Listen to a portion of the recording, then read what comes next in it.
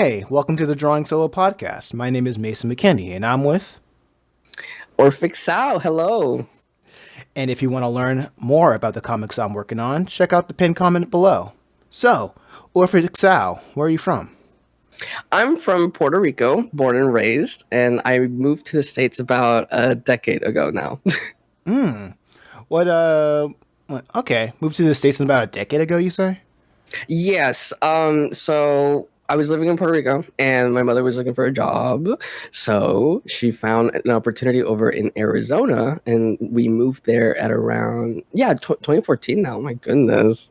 And from there, I attended high school. It was a big cultural thing for me. It was very weird being in the States. I was literally a foreigner. I was very nervous, very shy. And then after Arizona, I moved to Georgia in 2020 during the whole pandemic thing, which is where I studied at the Art Institute of Atlanta and got my bachelor's in animation. Nice.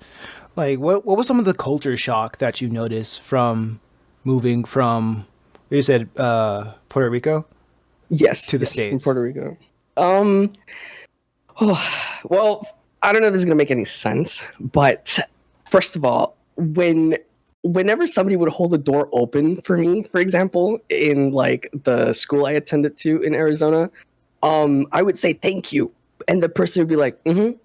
That's not unheard of in Puerto Rico. You hear them say you're welcome, and I remember feeling a bit upset, but I was like, wait, maybe this is just how, things are here. Like, it's just small things like that and nothing too crazy, but just small little miscommunication type things. No, I absolutely understand what you mean, because the first thing that came to my mind was back when I was in middle school, we would have lunch ladies, and every time they would just like throw the food on the tray, I would always go like, "Oh yeah, thank you," because I'm hungry and I'm grateful for you feeding me. And they're like, "Mm-hmm."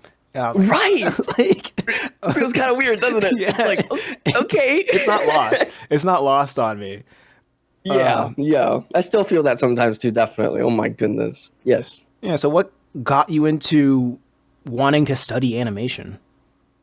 Oh, yes. That's I completely glossed over that. Okay. So, I've always liked cartoons growing up, and but for me, I didn't grow up too much watching Cartoon Network and all that. It was mostly Mondo Media on YouTube, if you remember that. Those cartoons. Oh my gosh, yes. I'm a big I like, with my buddies, I always make this joke calling myself like a Mondo head because I really grew up with that. Like that's what got me into animation, like watching those shorts, and then from there on YouTube, just surfing the web, it was that little era when the Newgrounds people were kind of like flocking over to YouTube for revenue. Mm-hmm. And I started finding out these, people like Twisted Grimm, Joel G, Oni, Rice Pirate, all these people just flocking over. And I'm thinking that these animations were made by studios. But when I found out that they were made by just one person in the room just having fun, that's when I realized, like, oh my gosh, I can do that too. And that's, it became such a fixation. And I've been, I got into animation, I want to say, right when I moved, actually. Like, when I moved to the States, it was when that happened. So, like, 10 years ago was when I started getting really into cartoons. And I got myself a copy of Adobe Flash CC. It was what it was called back then, before it rebranded to Adobe Animate. And that it's just been me having fun pretty much. And so I wanted to make it a career. So that's why when I graduated from high school, I was like, well, I kind of want to be in the industry. I want to try it out, maybe. I don't know. I want to study it. So I moved to, Georgia for the Art Institute of Atlanta and went there for 4 years and got my bachelor's. And now I'm just kind of doing my own thing with my personal work and trying to see if I can find like a gig somewhere here in the industry. Okay. I noticed that you have like an animation series going on your YouTube. What would you say are the biggest inspirations for your series? Or what? Sorry, I'm like bouncing in my chair. I'm excited to answer this. Definitely Chowder. Chowder's a big one. Okay. I know. Yeah, so I know I said I didn't really grow up with Cartoon Network, but in like sophomore year of high school, there was a time where like I saw that Chowder was on Netflix, and I binged it so many times over and over. I was like, this is so funny. Like this is like definitely it, you know. So Chowder, funny enough, Fred. I guess I should talk about what my show is about first before I go in about Okay. Yeah, my bad. Hold on, pause, bro. Can you explain your show in 7 words? Yeah, okay. So my show is just titled RALGOAR. It's about this purple 22-year-old loser who just lives with his dad, who's the king of the land, and all he does is just cause chaos and mayhem. He's a nuisance, you know, everyone hates him. And he just causes he sucks. He's like Fred. That's why I mentioned Fred, because growing up watching Fred, I enjoyed how annoying he was as a main character. I just like making annoying characters, I guess. Mm-hmm. It's so funny. There's something so enjoyable about that. And RALGOAR is that. And yeah. You mentioned Fred. I don't know if I'm ever going to talk about this ever again. Because I remember when I was younger, I saw this one episode of iCarly, and it was iCarly versus Fred. And the whole concept of the episode was the iCarly crew was beefing with Fred. And Fred, and once it was like most of the episode was them having a back and forth. And once Fred finally met the iCarly crew IRL, the iCarly crew was like, what's going on? And Fred was like, oh, it's all just drama. It's just to build engagement. And he pulled up their analytics. It's like, see that hockey stick going straight up ever since we beefed. And ever since then, I'm like, oh, internet drama is all fake. Yeah, it's all a joke. It's all for ratings. Oh my goodness! Whoever wrote that episode of iCarly deserves an Emmy. Because honestly, though, yeah, they were just spitting game for free about don't trust online drama because it's made for you to just get engagement, and it's exactly. It just serves the creators at the end of the day. So I just want to mention that because Fred was mentioned. Because I don't think I'm ever going to talk about it ever again. So I completely agree, and it's kind of like almost like ahead of its time almost. But I mean, yeah, absolutely. Internet was around, but like now we really do see the like all the fighting and the drama, you know, like in this day and age, especially so now. Funny. Like when you go on, when I open YouTube, because I'm on YouTube religiously, there's always like at least 10 new dramas that somebody wants me to get into, and I don't know. It's always critical. And I'm like, I don't even know any of these, like side A or B of the drama, but there's always somebody giving their perspectives about what went down, and it's interesting. It's all over the place, like, and it's with every little community and every community within a community. You know what I mean? Like people left and right are just fighting. It's so I don't know what's going on. I just make cartoons. I remember I was like talking with in a previous episode about a weird thing about creatives is that trying to find their voice or trying to find a way to market their comic with other people. They want to have a conglomerate of other creatives to help make and promote their own stuff. But at the same time, the weird thing about having a community is that drama and jealousy will always like follow that. It always happens. Yes. And it always happens. And people just make fractions and then schisms and then all of that. It's very interesting. So, and if I'm gonna be completely honest, and I don't share this, but I'm gonna, because it's very much related to this, but it's because of that why I fly solo a lot with my work. I would love to collaborate with people more, but I've seen so much stuff go down just out of nowhere, very random issues that you wouldn't expect to surface with just two people simply working on something. Something always happens, or I don't know, at least that's the things I've seen, right? It scares me away from that, but one day hopefully I'll build confidence enough to have more people on board. I believe that it really takes people with a shared goal.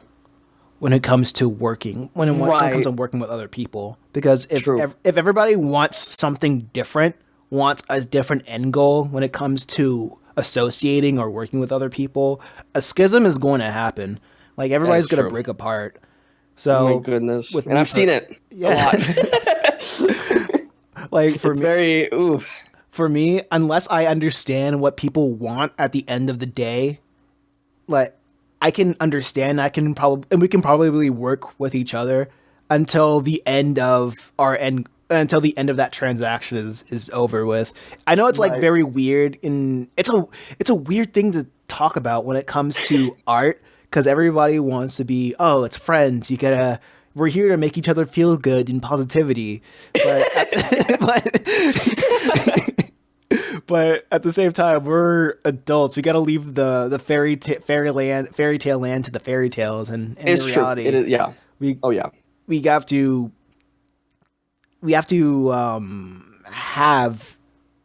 have an understanding of like what do we want out of this transaction. So Right. that's something that was on my mind. What are your No, thoughts? I fully agree with that. I think you nailed it perfectly. Yeah, 100%, 100%. It'd be like that.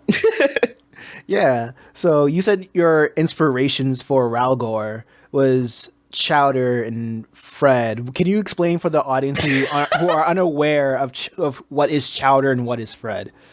Okay, so let me start with Fred. Fred back then, was this internet persona. Man, I forgot the guy's name. The guy who plays Fred, Lucas something. But Lucas. so I'm sorry. I forget. I almost said Lucas Shawshank, but that's close. That's close. It's not Shawshank. That's funny. Crawshank or something, I think. Him. So, he was around and he just kind of made these like vlogs of him just and he would like raise the pitch of his voice, and he would run around and be like, "Hey, it's Fred. So today, so and so and this and that," and it was so hyperactive, definitely for people like me who love like, anything, people very ADHD content, definitely for me. And I loved it. It was so hilarious. And so that,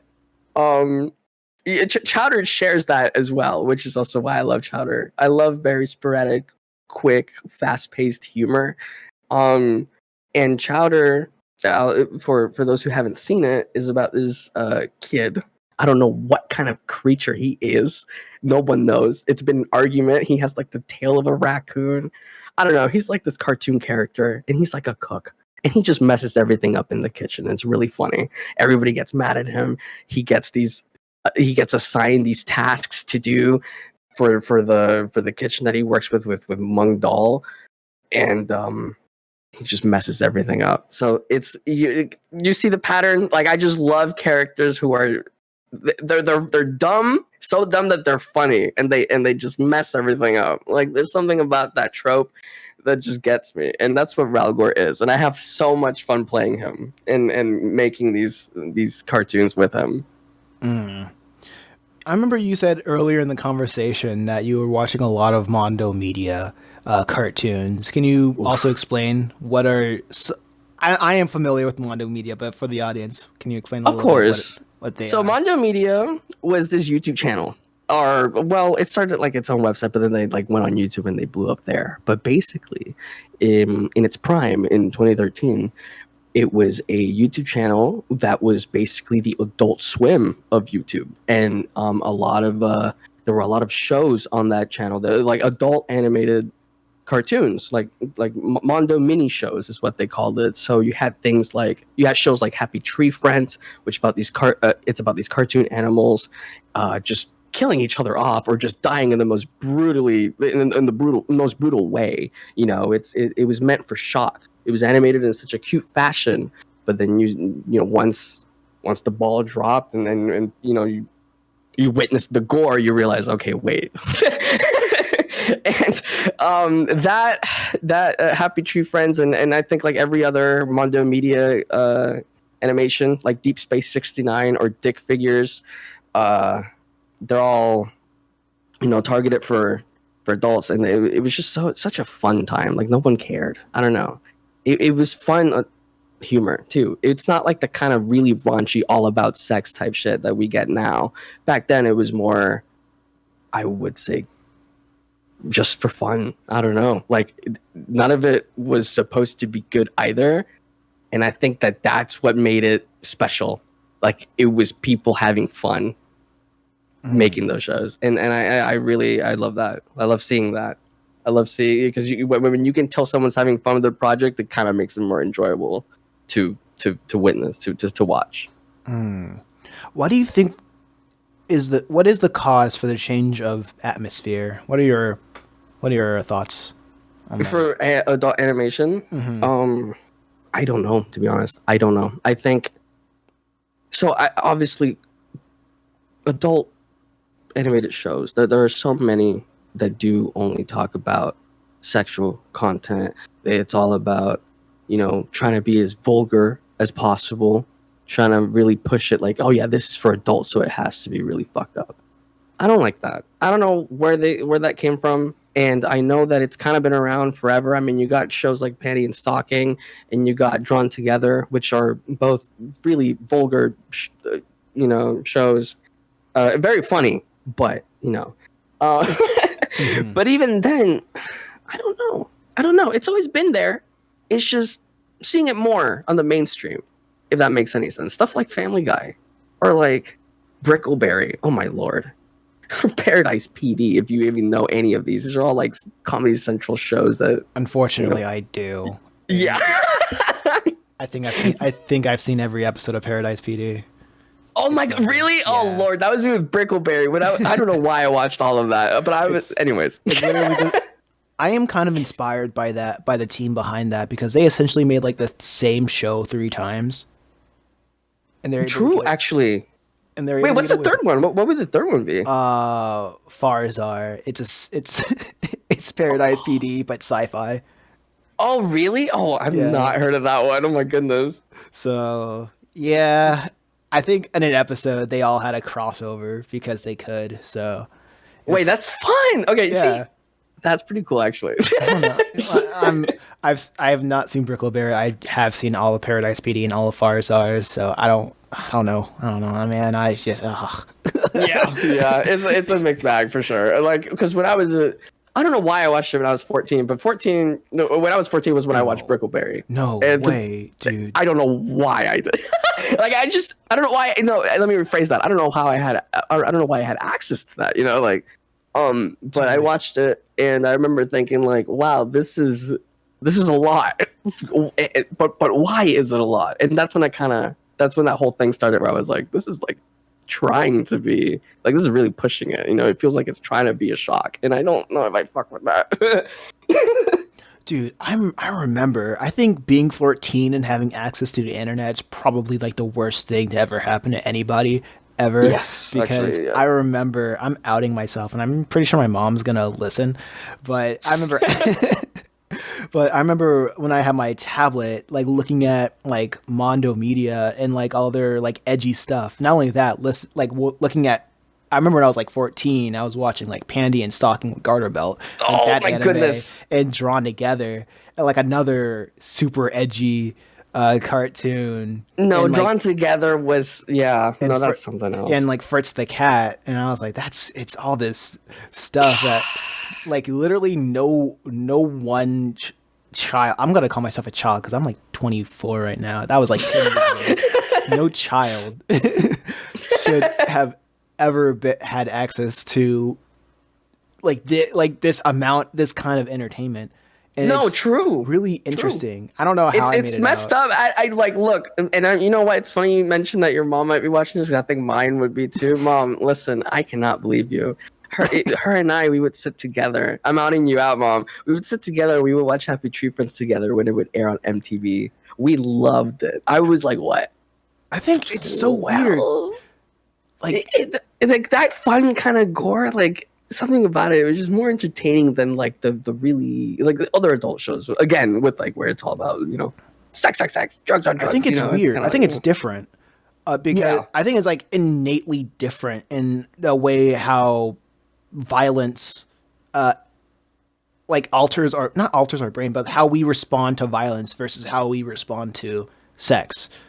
True, And I actually. think, and I remember I was on Twitter and there was a whole debate of why are Americans so okay with violence but they're so weird about sex? And I just always found that argument so disingenuous because people can play violent video games or watch violent movies all day and they'll be like, "Oh yeah, that was fun." But if somebody watched like pornography all Yeah. day, they're not going to be the same person. Yeah, no, not at all. And I don't know. I think it's just something about. I think it's because when it comes to like stuff like Happy Tree Friends, where it's super out there and just like, whoa, what the, or just I don't know, any Quentin Tarantino movie, where the gore is just all over the place. I think we respond to gore in a more like relaxed, chillax type of way, like ooh, because it's so out there that it's something we don't expect to see in the real world ourselves. Does that make any sense? It's like almost fantasy. Like it's real, it can happen. Someone's Yeah. head can blow up anytime for sure. But like most people, to us, it's just kind of like entertainment. It's like a fantasy kind of. I don't know. It's weird. It's so detached. Like that's the main, Yeah. it's like that fantasy violence is way more detached to what we can experience in the real world. So Yeah, like almost any time. You know what I mean? Yeah. Like real time. And you know what's funny? Since we're on this topic, I hope I'm not derailing this too much, but since we're on this topic, I want to quickly say that I realized that when it comes to live action shows, whenever something awkward happens, it hits 10 times harder for me. Like I can't bear it. Like for example, I can't watch The Boys. I don't know if you've watched The Boys. I've watched all But- of The Boys, yes. I cannot. And you know what's funny? I stopped after the second episode. I was like, this is not for Brian. It's not for me. I remember watching, no, but I do understand where you're coming from because I was yesterday. Oh my gosh, this is so funny that this happened yesterday. The Boys have a spin-off series called Gen V that I decided to Oh. watch. And at first I wanted to play video games. I was like, I control my life right now. I just want to sit down and have a narrative being told to me. So I just want to relax. So Right. I got a burrito from the fridge, got some soda, and I just wanted to sit down and enjoy what Gen V has, the narrative that they want to tell me. And the Right. first 2 minutes, the main protagonist, the girl, she starts having her period, and then she started controlling her period blood, like with her mind. Oh my god. And she got freaked out about it. Her mom barged into the bathroom because she heard her daughter freak out. This is what I mean. I can't watch this. I cannot. And she accidentally That's kills what her I mean. mom. And then their dad comes in and was like, "Oh no, you killed my wife!" And then she accidentally kills the dad. And then that was within the first 3 minutes of the episode. And I just have my burrito in my hand. And I'm like, "This is all my fault." Right, like what the heck? I'm trying. First of all, you're trying to eat over there, like ew. Like, you're trying to eat, enjoy your snacks while watching that. That is very difficult. Second of all, that's what I mean. I cannot watch stuff like that, especially if it's like live action. I don't know what it is. I think it just feels. I don't know. Secondhand embarrassment is too much. It makes me feel. Ugh. Oh yeah, I think. Oddly enough, I stuck around until like the first 30 minutes. It was like an hour-long show, but after like 30 minutes, I just did not like the dialogue. I didn't like that. The whole MO was just superheroes being degenerate, and the way that the people talked, they just talked like I've never heard people talk like that at all. Oh my It was so god. Yeah, weird. yeah. Okay. Yeah, I've definitely seen. I've definitely experienced that with some shows where it's like no one talks like that. And the fact that and plus you said something that just brings me back to what you said, like because it's humans, we there's that uncanny valley. I think that's what it is. Because Yes. if you see something with humans, you understand how humans talk, you understand how they emote, and how and so many things. And if the show does not hit those bars, or if they're competent enough, but they fall into that valley, it's way more off-putting. other than watching a cartoon where the everything is suspension just of fake. You know, it's its own disbelief world. is so they have like the margin of error of margin of suspension of disbelief that is way more vast than it is a live action thing. And then you have like Ted, which is essentially like a live action cartoon. Yeah, pretty much. Wait, have you seen Ted? Not the new show, but I watched the first, the original movie. I saw some of the new show, and I it's very interesting. I kind of like it. Really? Oh, I gotta check. You know what? People have been kind of praising it, haven't they? They've been like, "Oh, it's not bad." It's literally it. You can tell that it's like the Family Guy writers, you know, because it has like set brand style of humor and its pacing, and it's just with real people, so it makes it feels like a live action cartoon in the way that the dialogue is written. That's actually awesome. Wait, that's different. See that. I like that. That's pretty cool. I'll definitely check it out then. So that's that. I didn't mean to like praise. No, it was weird, but that's like one thing that I noticed about it. So I was thinking, what makes something adult to you? Oh, I think just like what they're talking about, the context, really, in any video game, movie, show, whatever it is. I feel like depending on the topics that's being brought up, I feel like it could be targeted to an older audience. For example, talking about taxes or something. I don't know, like what kind of kid would, you know, no teen kid would want to watch that. You know, it's more so just, I don't know, the content in it. Rather than... Yeah. I remember seeing an episode of Teen Titans Go where they were talking about down payments of houses. So. I heard about that. Yes, actually, that's so funny because my friend told me about that. I think like 2 weeks ago now. He was like, "Did you hear about that? Did you ever watch that episode of Teen Titans Go?" And I was like, "They did what?"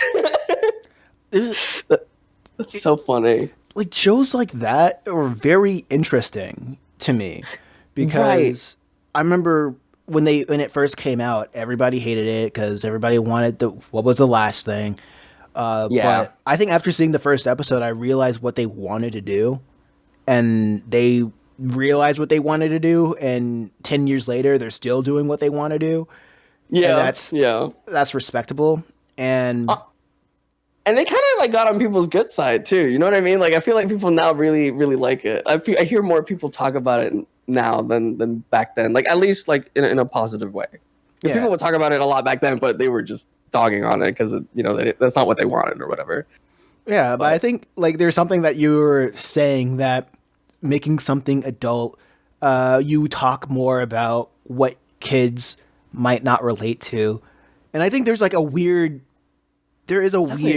like a gray area. It's a gray area where it's like there's a lot of kids, but like their plot line or isn't either an allegory to like adult themes. Like I remember like this one episode of Courage the Cowardly Dog where Courage was basically helping out this one, I think it was a bunny or a cat getting out of an abusive relationship with a dog.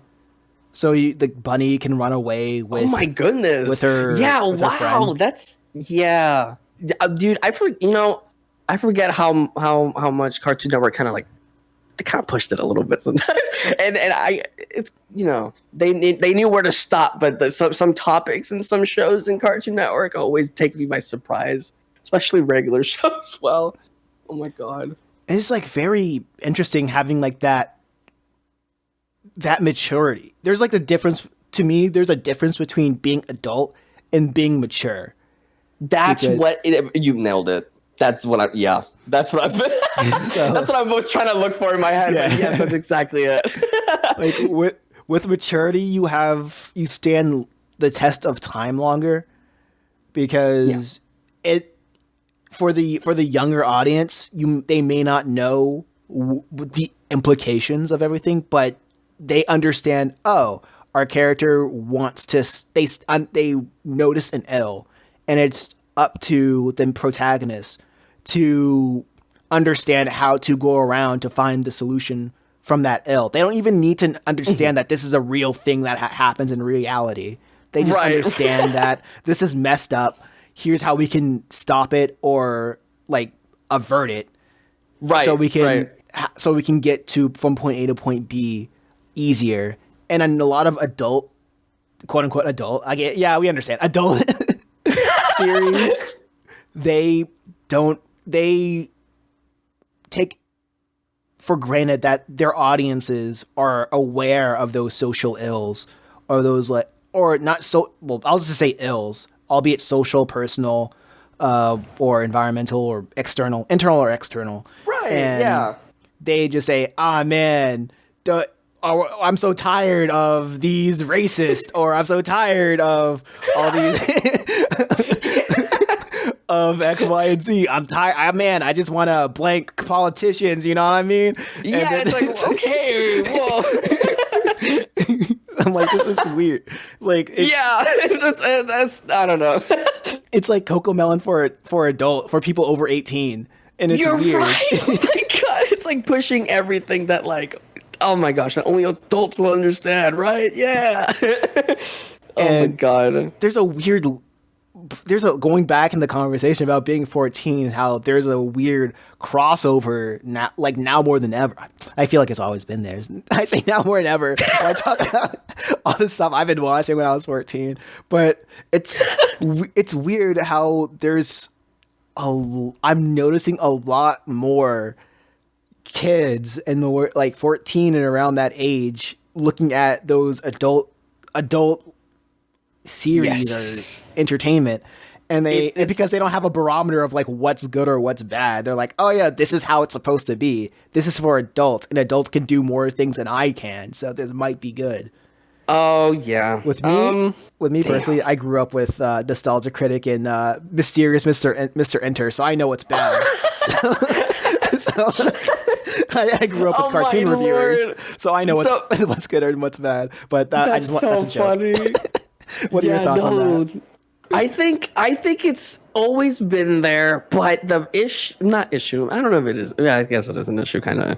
But the issue with that is that these kids that are watching this stuff, they put themselves out there more. Like we're seeing them like publicly be like, "I love so and so show," and then you go to their bio and they're like 13 or something. Like I don't know. The reason we see it more is because I feel like they're kind of like not outing themselves, because that's weird to say, but they're out there like just enjoying what they watch in like broadcasting that they love it or whatever. Because I'm seeing that a lot with the Has Been Hotel. Mm-hmm. Like Has Been Hotel is clearly in for adults, and in the comment section there's a lot of children saying like, this show's awesome, and I'm like, oh my god. I know it's hard to control.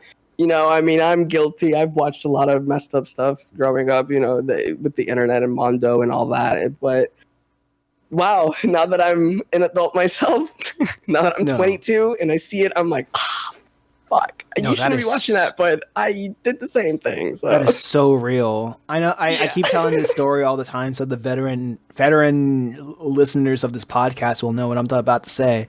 But I used to, well, not used to, when I occasionally go out to the flea and farmers market to sell my comic books to like in person. Oh, cool. Yeah. And I remember there was this one kid who his dad bought Purgatory Academy, and it's a series about heaven, hell, and having 4 years to decide. A lot of every character in that show is either a dead or a deity. And they talk about they have some strong language, but they have like a lot of mature topics, I would say. And there's like there's like a kid that was not even in high school, I believe. He read it and he was like, "Oh yeah, I thought it was really cool," and that just made me like wince a little bit. You get it. Yes, and yes. Like when I feel that heavy. It's a little. Because I can't tell him like, why'd you do that? You know, why'd you consume my content, right? Like I can't be like that, right? But it is weird. It's weird. I feel like after that, I feel like every creator who makes adult content should at least meet one child fan And every time they make something new or something like really weird, they would have a face attached to that a face attached to that creation. Cause I think that I wouldn't say scarred me at all, but it really changed how I create because like Yes, yes. In fact, I relate to that because so this is a little different, but not on the same topic kind of. I have a baby brother, and my family they support me with the stuff that I do. They always watch it whenever there's a new one, and I try to be mindful. Like they let my baby brother watch it. He's like 8 years old, oh my but gosh. my stuff is just like what, saying fuck once or twice here and there, and then like just wacky whatever. So they let him, but there's also that fear of like if one day I ever go and create something that's a little bit more heavy, because I didn't mention this previously in the podcast, but I'm a big horror fan, and I've always wanted to make like a horror cartoon one day. If I ever do that, I gotta be mindful of like, well, gotta watch out because a little baby brother checks my stuff out unless I'm like, hey, I'm gonna upload something, don't watch it. But like, yeah, no, it definitely it does kind of impact my writing, and yeah. I think there's this weird freedom in terms of self-censorship because it makes you want, for me, it makes me want to write better. Yes, it makes you more creative. That's what I've noticed. Because I was and I'm kind of glad it's like that, because if it weren't for the censorship that I gotta, then I probably wouldn't be as proud with my stuff as I am. Absolutely. Because I was looking at the script for one of my series, like Let's Go Metal Hero. It's about like two siblings who want to turn a robot into a superhero. And that's cool. Yeah. Yeah. You can read it in my website, based on the Check it out down below. Check it out down below. But I remember looking at the script, like the early manuscript of it. I was writing with my friend Matt, and there was a domestic abuse joke from one of the antagonists, and like. And at the time when we were writing it, it was like, oh man, no one's gonna look at this, so we're just gonna write what we find funny. And looking back, like after an entire year of like talking to like real people and selling it to real people and talking to kids, and right. I saw the demo. When I was like making it or drawing it, I was like, the demographic is like probably TV Y7. And then I just saw that joke again, and I'm like, well, we're not doing that anymore. Oh, no. Yep. It'd be like that. Oh man, that's so funny. I totally get that. That's me with my baby brother, 100%. And how like I just kind of try to, because my baby brother, he's so cute. He loves. I don't want to say that I got him into art, but when he was born, he would always sit on my lap while I would animate like the early RALGOAR cartoons, like I think the first like 3 from like 2019. He would just sit on my lap while I worked on it, and he was very observant, and now he's drawing himself. Like he really looks up to the stuff that I do. So I want to be mindful of that, and I kind of want him to be able to still watch my content. That's why I'm kind of like, I want to give him some sort of entertainment, be like, hey, I'm your big bro. I did this, kind of.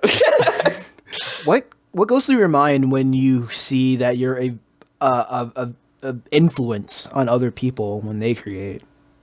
It is very weird still. It takes me a minute. Takes me a minute.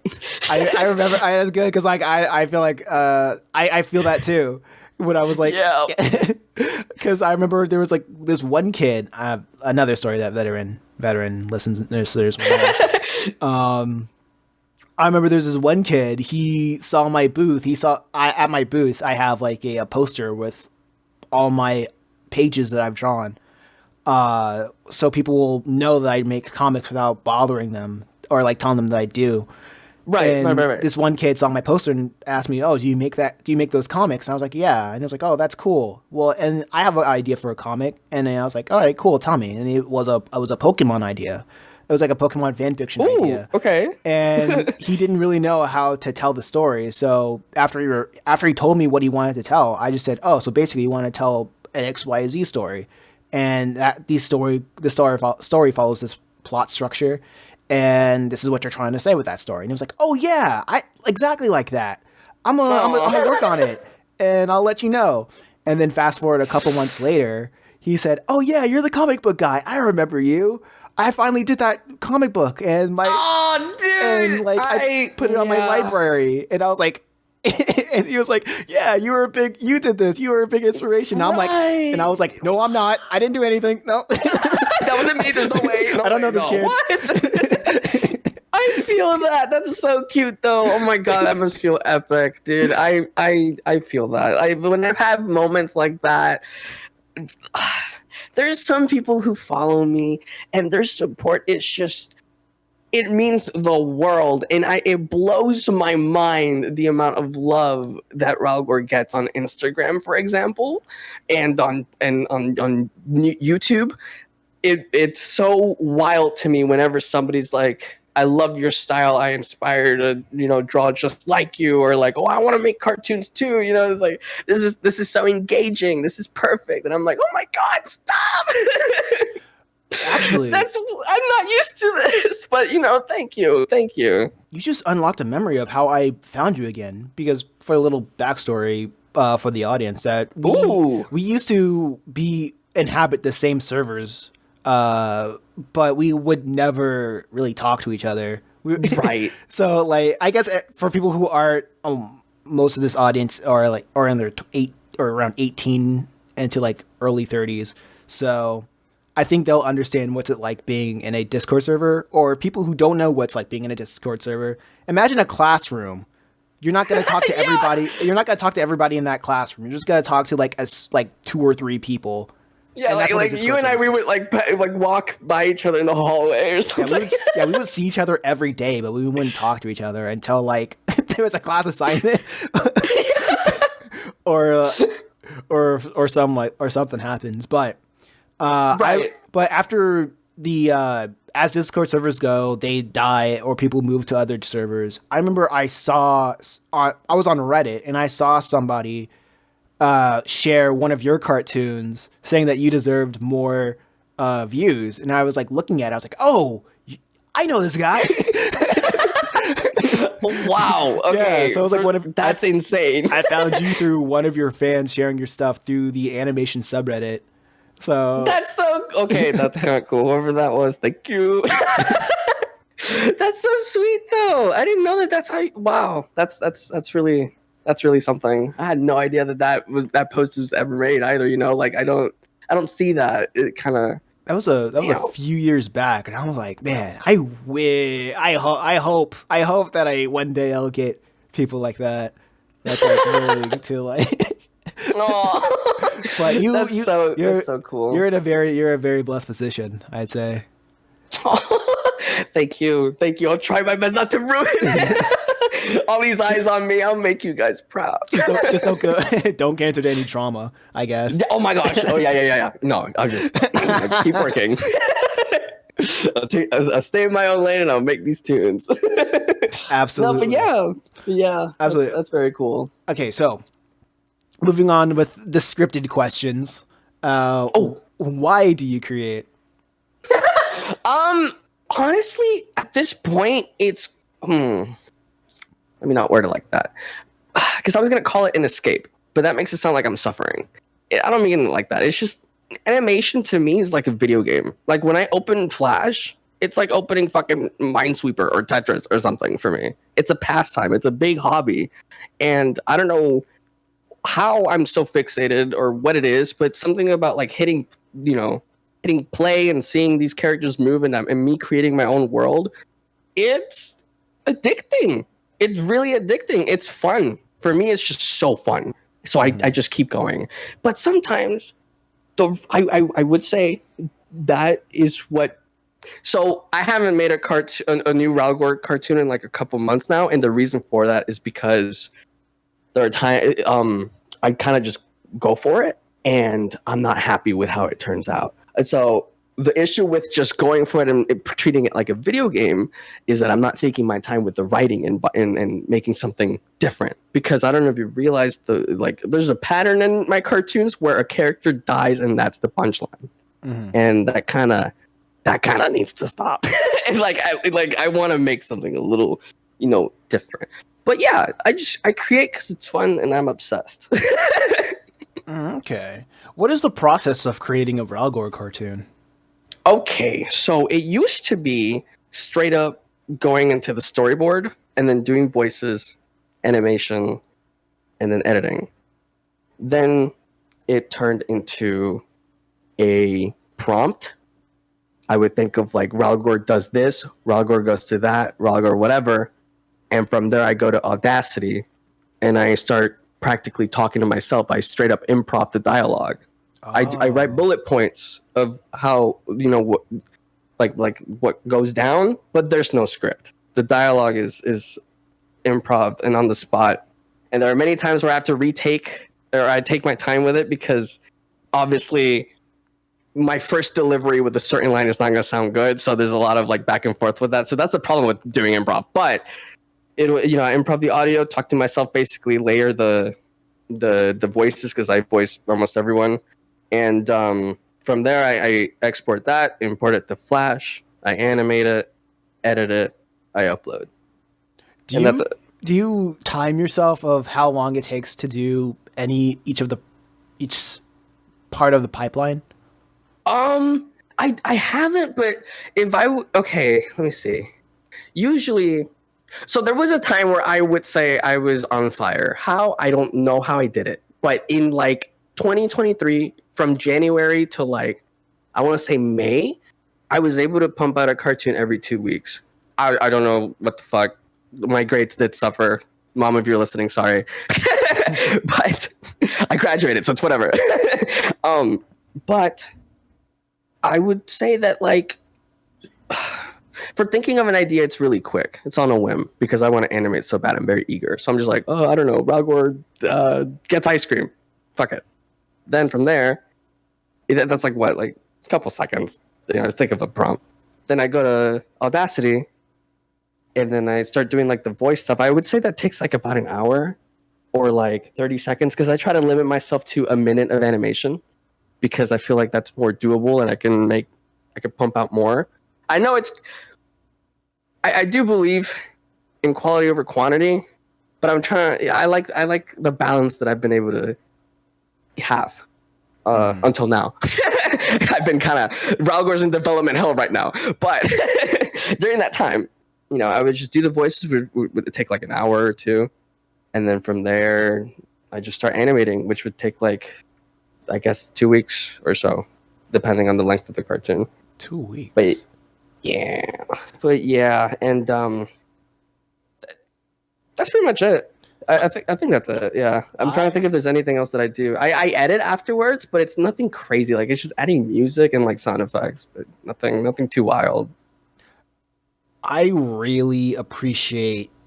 I really respect that shotgun style of of animating, or that shotgun approach to it. I was like, okay, I want to do it. Here's what I'm doing. Right, I'm doing this like right now. Like, yes, and honestly, I feel like that just makes me actually get something done. And there are times where I look back at a cartoon that I did, and I'm like, oh man, that kind of does suck. Maybe I should put more time into that. But it does help me actually get something done with that like method. I feel like if I stick to like, if I take my time with the right, sadly, I want to make something really, well written, but if I take my time with something, I've noticed that I kind of bore myself, and then I'm like, well, I just want to animate. Like, I just want to make it move already. Like, I'm impatient, I guess. I feel like most artists are, but oh man. What goes through your mind when you create something that makes you go, I could have done better, but people just absolutely love it? That's a really, really good question. I don't know. It makes me wonder if I'm just like it just makes me go back to what people say of like, you are your own worst critic. Like, it just reminds me of that. Like, maybe people who view my stuff are seeing something that I'm not seeing, and I guess it's because I stared at it for a long time.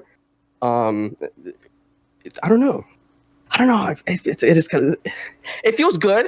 It's like, oh, okay, you guys like it? Okay, that's cool. It's like a relief, but also it's a bit. Yeah, for me personally, I'm still kind of like taking it as a challenge. Like, okay, like in my head, I'm like, okay, the next one's I'm gonna make it better though. Still, like I'm still gonna push myself. I understand that.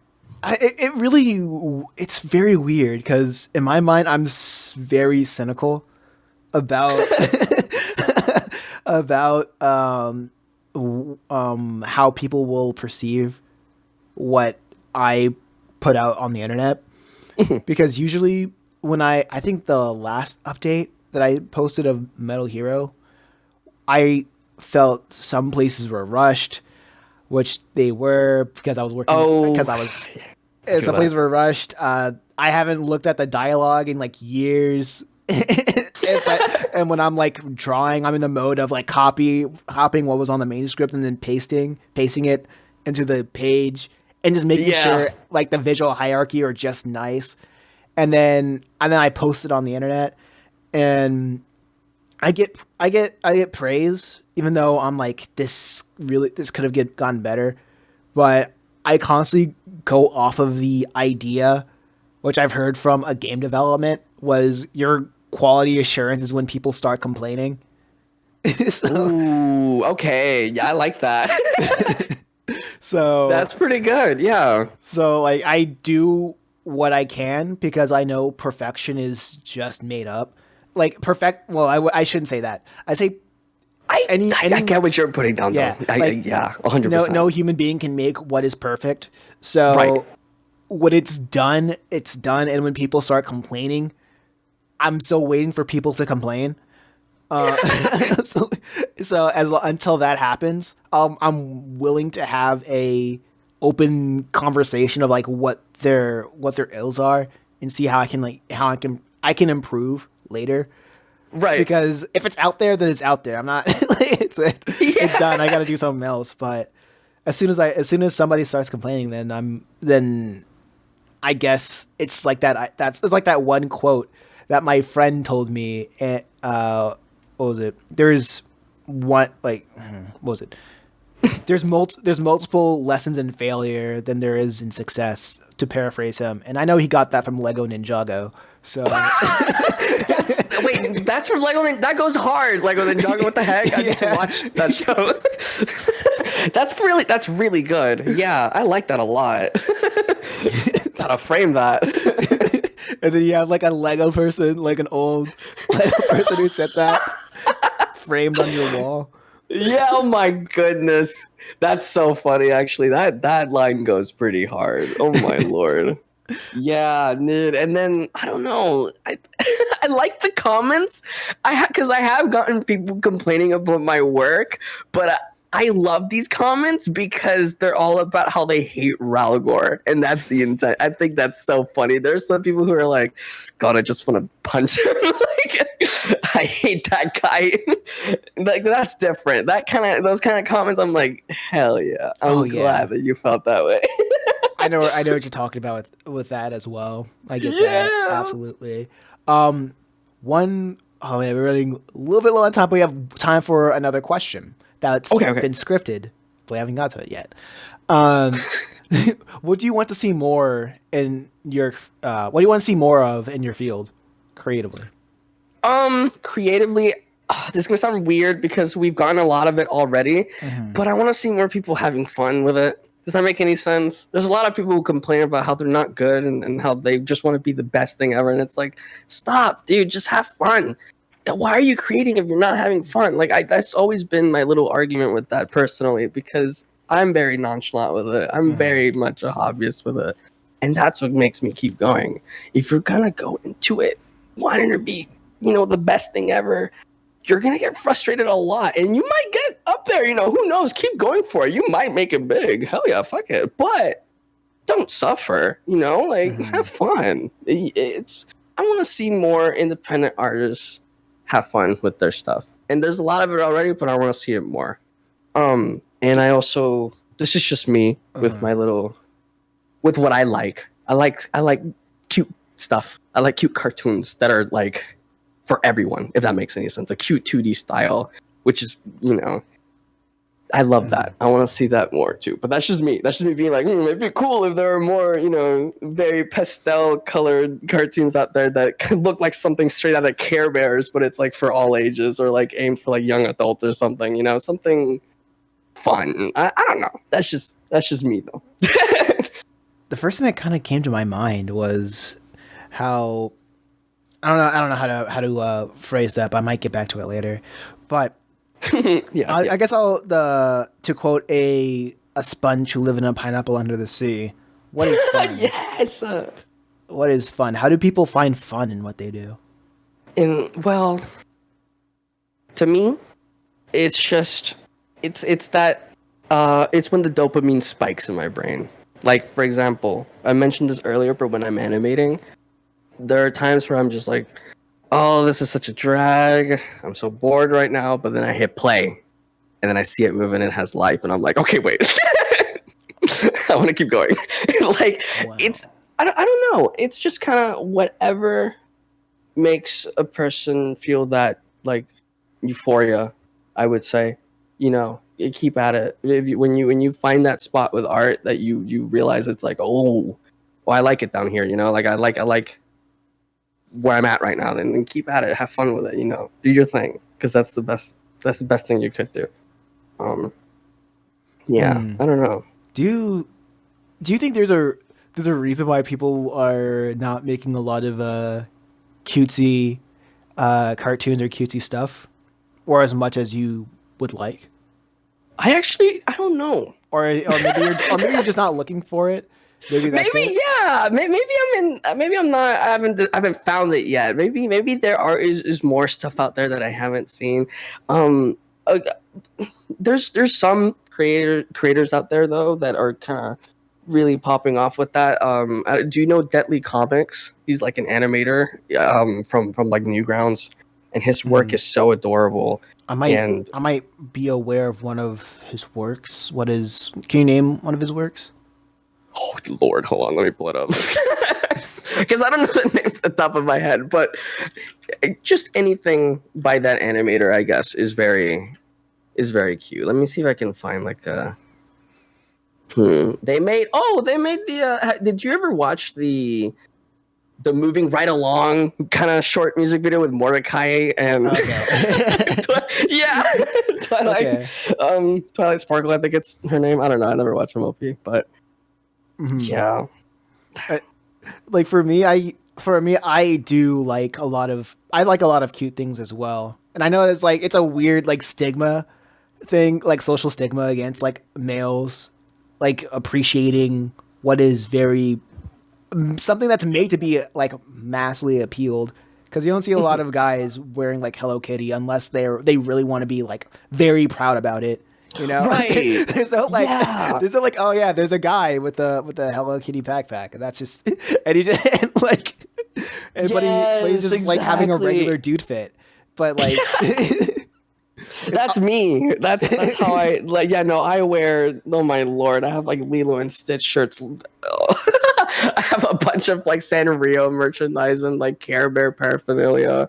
Like I love just anything cutesy, and I don't know. I mean, I guess it's because people are also afraid of kids latching onto it. If that makes any sense. I've always wondered that. I wonder if that's why people don't aim for that style when it comes to that sort of stuff, because they don't want like children to be attracted to it or something. I don't know, but it would make sense if that's the case. But you know, yeah. I mean, like the first thing that comes to my mind was like me with writing Chimera Island, because I always wanted to tell a story that had like animals in it. Oh yes, but yes. But I like when I did it, I was like, I want to have a reason for having everything being what it is. So I think it's like from like being on the internet and having a stigma of being a furry, being like saying you're just a weirdo just for liking X, Y, and Z. Right. Yeah. I just didn't want to deal with that. So I always had to I create like in-lore reasons of like why everything the way that it is, so I could feel comfortable with myself drawing stories. Oh, But for me, I do that. For me, but I understand. I mean, I definitely, I get it. 100%. So, but creating lore and like creating stories, having reasons to why everything is the way that it is. It's what I like to do. So so now I don't care anymore because I'm an adult and I make stuff and I sell what people like and they buy it and I feel good and oh yeah, Chimera Island. A hidden island striving to find balance. Read it on masonymous.com. Yes, check it out, guys. No, but I get that fully, and I relate to that because when we met, I don't know if you remember, but yes, I would make like cartoons here and there, but I did a lot of horror art. I don't know if you remember, but Orphic Sao, the whole account started in 2018, and it was, if you scroll down on my Instagram, it will get really, it turns into this gallery of just demented like creations. Like it's all morbid, it's all blasphemous. I did a lot of death metal inspired illustrations, and I kept it came to a point where I was forcing myself to do it because that's what people were there for, and I was not having fun. And that's when I realized that was an issue. People only flocked over to me if it was that. People only wanted to give me money or commission if it was like a death metal thing. And I remember getting a bunch of comments when I did the switch to doing cartoons in like 2020 with like RALGOAR and all that. I would get comments and even DMs on Insta of people being like, "This isn't why I followed you," and I'm like, I don't give a fuck. Like, what?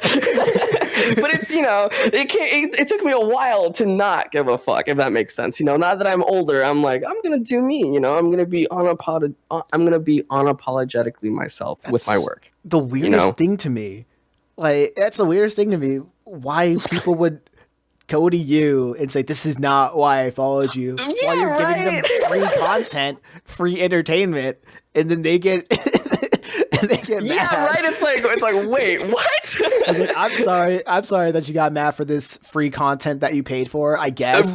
Yeah, right. Like I remember reading that, and of course it didn't affect me. I was just like, what?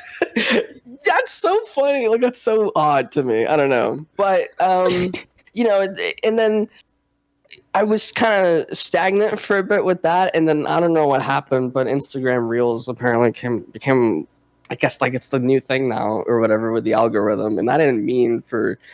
Did you ever watch RALGOAR's Allowance, the one where he's complaining that he only got like $100? Mm-hmm. Yeah. So that one it blew up on Instagram, and people were wanting so much more, and I was like, "Whoa, pause! This is so weird. What's going on?" Like I'm seeing like 15K. I'm like. I've never seen numbers so big, and I'm just glad that me being myself and pushing through like all the, weird people in my comments complaining about my stuff being cute all of a sudden. I'm glad I pushed through that and finally got to like my target audience, if that makes sense. Like I finally, I got you guys. I finally got to, the people that this is meant for. And I'm very happy about that. So I guess the lesson is, creatives, be yourself, keep doing your thing. Don't let anybody tell you what to do ever. It'll all come to fruition, and it's always it feels so good. That's a perfect way to end this podcast. Tell us how can people support your goal? Have fun. Literally, just have fun. Seriously, just make stuff that's cool. Whatever you think is cool, go for it. You're gonna, if you're starting with animation for the first time, or if you're gonna start a project for the first time, you're gonna get frustrated a lot because there's still a learning curve, but it's all worth it. Trust me, it's so fun. Just that, keyword fun. All right, so this has been the Drawing Solo podcast. My name is Mason McKinney, and I'm with Orphic Sal. And if you want to learn more about the comics I'm working on, check out the pinned comic below. Comment. Anyway, we're done here. We're out. Signing out. Bye, guys.